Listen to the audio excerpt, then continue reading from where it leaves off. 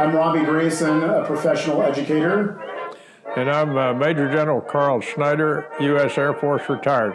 And this is Bootcamp with the General, in which we're going to share with you 9 important character traits that every young man needs to know in order to become a successful adult. General Schneider is the author of 2 books. The first is Little House in the High Plains, about how he and his siblings grew up during the Dust Bowl, the Great Depression, and World War II. And he talks about how they grew up happy and healthy, which is very different than a lot of the testimonies we hear from that time period. Then the second book that he wrote is called Jet Pioneer, a fighter pilot's memoir, in which he describes to us how he took those lessons from boyhood and was able to use it to advance through the ranks in the United States military. So what we will be doing throughout this course is we will be showing how the traits that he learned and developed in Little House transferred over into the lessons that he was able to implement in Jet Pioneer.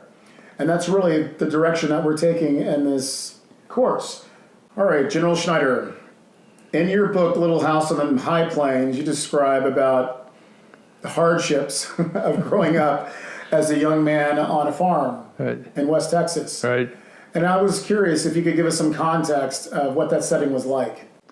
Well, it was during a very tough time in our country where we had, living out on a farm, my parents owned the land, and that's all that kept us from going broke, because we didn't have money. We had lived in a small house, 800 square feet, with no running water, no bathroom, and no indoor facilities. And the dust would roll in every day, just like a roll off of the ocean. And the dust would be so thick you couldn't see across the room sometimes. If you got caught out when you saw it coming, you had to get in because it's just like a snowstorm. You'd go 0-0, you couldn't see anything. So those were pretty tough times, but my parents were very positive, so they never sat around and complained about it. They just said, well, this is what it is, and we'll make the best of it. And my mother would say, well, the good Lord says that he'll take care of us, so we just kept rolling. And so it was really a pretty happy childhood, considering everything. Now, there were 6 of you living in 800, there were 6 children living in 800 square feet. So how did it work, personal space, and just getting along on a daily basis? Well, we had really 3 rooms. We had a sort of a great room, which not very great, and which was a big old wooden stove, pot-bellied stove right in the middle of it. The kitchen, if you can call it that, was sort of over in the corner, and 2 bedrooms. And my brother next to me and I had a double bed, and about an inch or 2 between my little brother had a single bed. And of course we didn't have many clothes anyway, so just hung them up on a nail on the wall.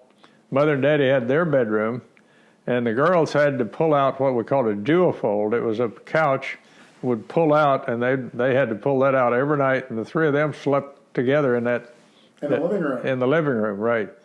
So it was pretty tight quarters. Wow. And go ahead. So your father's only source of income was the farm, correct? That's right, absolutely, yeah. So you children contributed to working on the farm and having to go to school? Oh yeah, you'd get up about 5 or 5:30 and milk cows and feed pigs and work until breakfast. Mother would have breakfast ready. You'd have breakfast and go right, put on your school clothes, which consisted, you had 2 sets of clothes. You had a shirt and a pair of slacks to go to school and church, and you had a pair of overalls that had straps over here and a shirt to work in. So you just change clothes, get on the bus, go to school, come right back home, have a glass of milk and a cookie, and go right back to work until dinner, we called it then. And then after dinner, then you go back out and work again until 10 o'clock at night in the barn, shucking corn or whatever you had to do. So it was 6 days a week. You did that just consistently. My folks never had a vacation because they didn't have time off. You had to milk those cows twice a day. So it was pretty intense living. And the other thing is we didn't have any rain, so we didn't make a crop for 7 years. And I asked my dad how much he made He died at 95, and just before he died, I said, how much cash did you average a year during those Depression years? Well, about $250 a year. Wow. Even at today's rates, that's probably $2,000 or $3,000. So here he was able to buy shoes and buy the basics, sugar and things we couldn't raise on the farm, but we raised everything else. He'd butcher a calf and a pig, and we had chickens, and they put the meat in a frozen food locker in town, and then Mother raised a great big garden, and she would can everything, so in the winter we had food. So we never went hungry, but we didn't have much else. So how young did you start working on the farm? Well, when you're 3 years old, your first job was to go pick the eggs out of the hen house. And at about 6, you had to learn how to milk. And then at 9, I started driving a car and a tractor. And so you had responsibility real early in life, and you were expected to do your job. They didn't think, Mother and Dad would say something, yes ma'am and yes sir, and you did it. Right. So you didn't fuss with them. You never complained, or you never talked back to them. You just did your job. So you guys had jobs that actually, what I call jobs of consequence, which means that if you didn't get them done, they didn't get done, and somehow the family suffered. No, that's right. And Mother and the girls pretty well worked in the house. Mother worked in a garden, and the girls did all the housework. And the boys ended up with Dad working outside, mainly on milking cows and working in the fields. Wow. So my little brother, one time when he was 6 years old, my dad said, now you got to start learning how to milk. And he came in the house, he said, I wish I hadn't grown up. I hate to have to milk cows. And he was 6 years old at this time? Yeah, that's right. Oh man, he wished he hadn't grown up. That's something else. But this is all a really good introduction to the character trait, which is the focus of this lesson, which is responsibility. Right. And I learned a long time ago, probably about 20 years ago, that responsibility to a lot of people nowadays, especially to a lot of kids, looks very much like guilt. And very few people want to take responsibility because they don't want to feel guilty. Oh. But responsibility is the ability to take credit for the good things you do as well as the bad things that you do. That's right. And how did that look when you were young? I mean, how confessional were you when it came to admitting your faults, especially in the context of a farm where if you didn't do your job, other things suffered? Well, it was pretty obvious. If you hadn't milked the cows, you weren't going to bring any milk in to go in the separator to make butter and so forth. And if you didn't bring the eggs in, you weren't going to have eggs for breakfast. So these are almost immediate responsibilities. And the folks never really told us a lot of times how to do things. They left us free to say, go do this, and you just had to figure out how to do it. And I think that it enhanced initiative and ingenuity, because many times you would do things maybe differently to what the parents would have done, but it got done, and you learned to be very innovative and just figure out how to think. So it helped you to think, and you knew you were responsible to do it. If it got pretty serious, Mother would have you go out and cut a little limb off a peach tree, and she would whack your tail. And that made an impression on you. You didn't do that second time, so. Wow. But that was a discipline. So a couple of things. I guess the blaming it on the cow and the chicken probably didn't work that often, huh? Nothing worked on excuses. Okay. You had no excuses. You just got in and did the job. And being part of the greatest generation, I think I'm a Gen Xer, and I work with millennials. Right. So I think oftentimes we've gotten the impression that growing up back then was very dictatorial, that it was a dictatorship. But as you say, that you were typically given a job, but then you were given creativity and how you actually accomplished that job. Sure. Yeah, exactly. It wasn't a dictatorship, really. There was a lot of interplay between some humor, and you had a little bit of leeway of what you did and how you did it. But no, it was the parents were the bosses. There's no doubt about that. And you never talk back to them. The last thing you'd want to do is talk back to them. but you just knew you had to do it, and you just got in and did whatever you were told to do. And a lot of times you could come up with ideas yourself that to get things done. And my parents would say, well, okay, if you want to do it that way, well, have at it. You know, you brought up a point that I think is important, especially for the recruits with whom we're working. And that is, back then, it was because it was more of an agricultural society. Right. The consequences for not being responsible were almost immediate. Right. That's and right. very obvious. Where nowadays, I guess, you know, negligence and responsibility can go on for a long time before it's found out. Especially with, you know, kids who homeschool, or kids who, kids who spend a lot of their time or develop their livelihood, you know, through digital media. You know, sometimes it's not as immediate. So, what kind of advice would you give a young recruit nowadays when it comes to raising their level of responsibility? Well, I think your parents need to be the guiding force, but then you just need to learn to respect them, because that's what you're supposed to do. You know, if your parents are good parents, and most people have good parents, if they tell you to do something, just go do it, and don't fuss about it, and don't try to procrastinate and find excuses of why you can't do it. Just have I guess a positive can-do attitude is absolutely important in life, and you develop that as a child. You just learn to instantly think positive instead of trying to say, well, I can't do that, or I don't want to do that. Just get in and yes sir, yes ma'am, and go do it.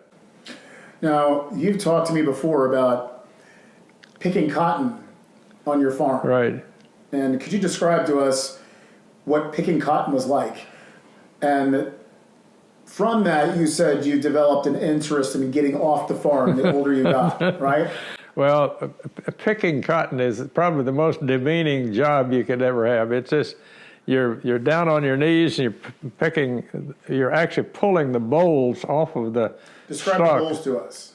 The cotton bolls. Right. I don't think most kids know that cotton isn't just how cotton is picked. No, it comes in. It comes on a stalk, and then the bolls have the white stuff inside. Okay, got it. And you have to pull that bowl off of the stalk, and then put it in your sack. And you have a big, long sack behind you. So you pull the bolls off and put it in the sack, and then when the sack gets full, which is really heavy, you take it up to a scale. You weigh the cotton. That's how you get paid, if you're whoever's doing it. Then you put it in a wagon, and then the wagon is pulled to the gin, who gins the cotton. So that's a very elementary way to get the cotton. It separates the white part of the cotton from the bolls. Right. But it's very very uncomfortable, because your fingers bleed, because the bolls have points on them. Right. And you stick them, so your hands are bleeding, your back hurts, your head hurts, your knees hurt. It's hot. It's just not fun at all. So I don't recommend anybody. Now we have cotton picking machines that just go down the line and do it all mechanically. But when everybody had to do it years ago, that was just a really tough job. Well, you described one day how when you were picking cotton, you saw this plane overhead doing aerobatics. Yeah, my brother and I hated picking cotton so much that we saw this airplane come over and pulled up and did acrobatics, and I turned to my brother and I said, that's what I'm going to be. I'm going to be a pilot and get out of this cotton patch. And so we both did. He ended up being a pilot also. That's amazing. Wow. Any other memories related to responsibility and how your parents instilled or reinforced in you that, you know, your responsibility belonged to you and no one else? Well, we also had to herd cows. We had some cows, and many times we wouldn't have enough feed on our land, so we would actually have to put them out on the road. And there's what's called a bar ditch, and we didn't have paved roads, so just dirt roads. And there's a we called it a bar ditch on each side of the road that a lot of times any rain that came would be captured in there. And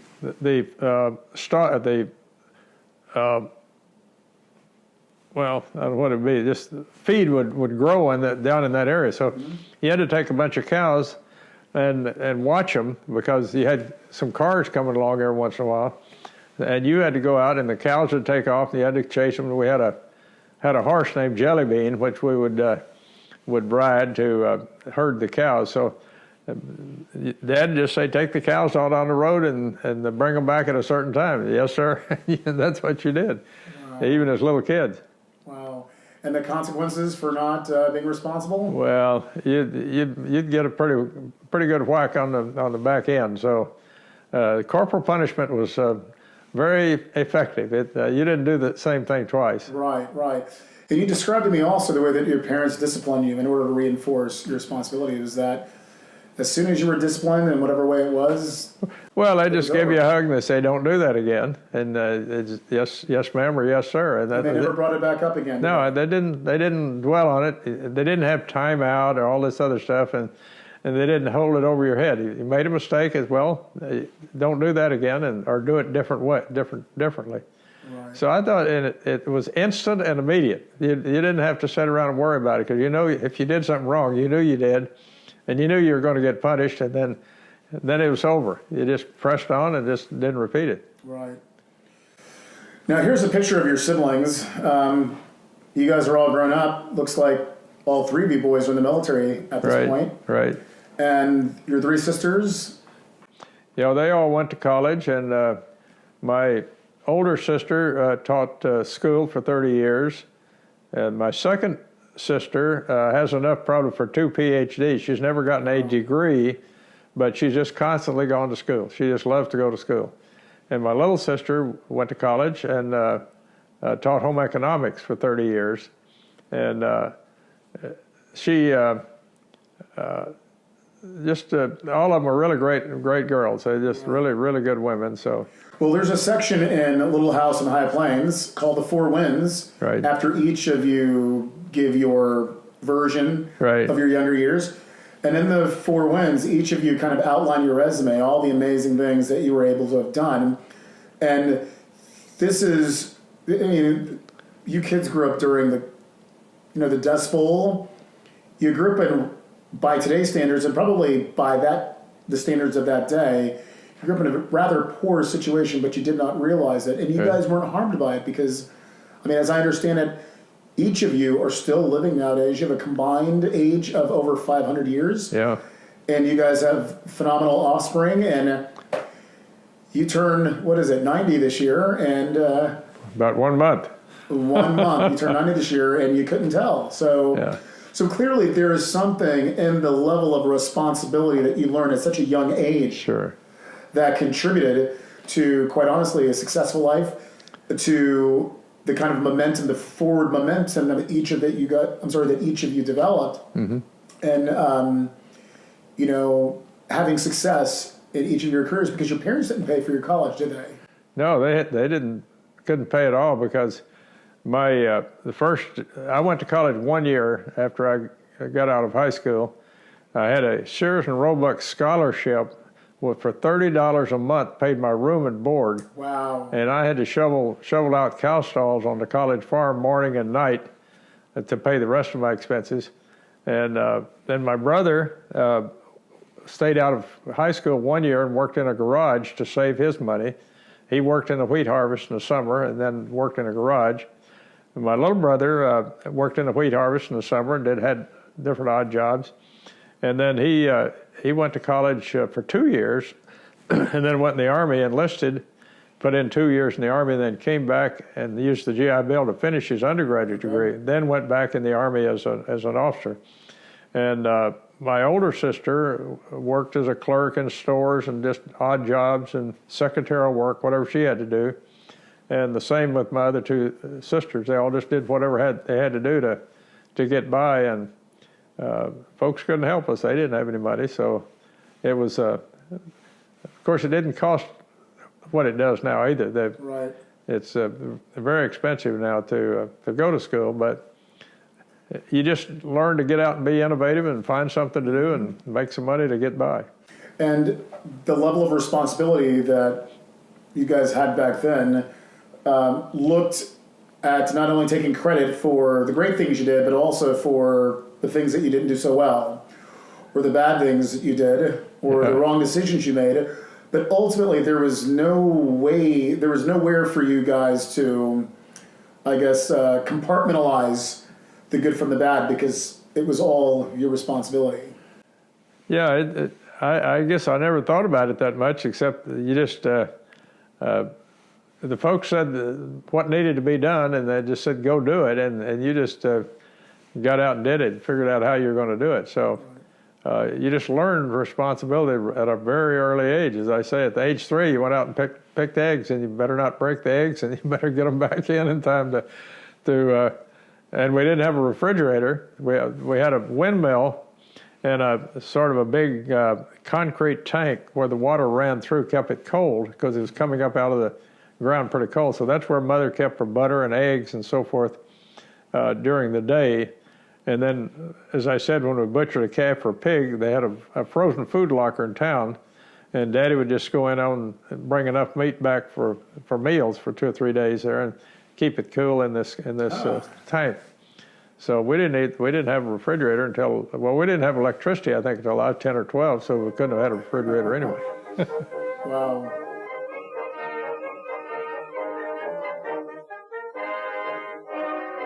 Well, I think when you're much younger, your parents are going to give you things to do, or your teacher, perhaps in school, and you just decide that you're going to do a good job, whatever you do. Always strive to do the best you can, and if you have to have it done on a certain time, particularly in a school lesson, try to get started early. Don't wait till the last minute so you can finish the job and polish it up and have it ready to go.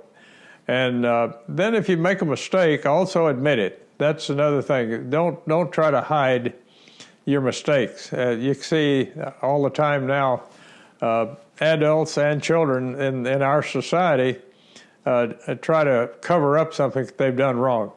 You're much better off to admit it right away and take whatever punishment or whatever correction you might be required. It's much less painful, and it's much less embarrassing too, because very few things you can cover up. They're going to come out one way or the other if you make a mistake. So better off to just admit you made a mistake and take whatever punishment or whatever correction you might need to get back on track, and learn from each thing. Then apply that down the line. Make sure you don't make the same mistake. And I can think of just odds and ends of things that my brother and I did that we really shouldn't have done. They were not destructive, but they were just mischievous. And my parents would say, "Did you do that?" And you didn't lie to my parents. Well, you knew that you were not going to get by with it. My brother and I were going to school one day, and we found some eggs that one of the students had brought to sell to the grocer there, and we found them in this old abandoned building, and we decided we'd take those eggs and sell them ourselves, and we did that. Took it over to the store and got the money and bought some candy, and when we got home. My mother asked how we were able to buy the candy because she knew we didn't have any money. And so we told her what happened. So she marched us right back down to the store and made us confess of what we had done. And then we had to make restitution to the grocer. So that's a combination of responsibility and integrity, I guess you'd say. But you just need to admit that what you've done wrong. It's much easier on your conscience. You don't have to carry that guilt with you. And that relates as you get to older. You see what happens in our society now. People will not take responsibility, and then it comes out later, and it's much more difficult to get. You can ruin your reputation. You can ruin a lot of things. So be willing to take responsibility for both what you do with humility and modesty, and then also admit what you've done wrong and take whatever action needs to be taken.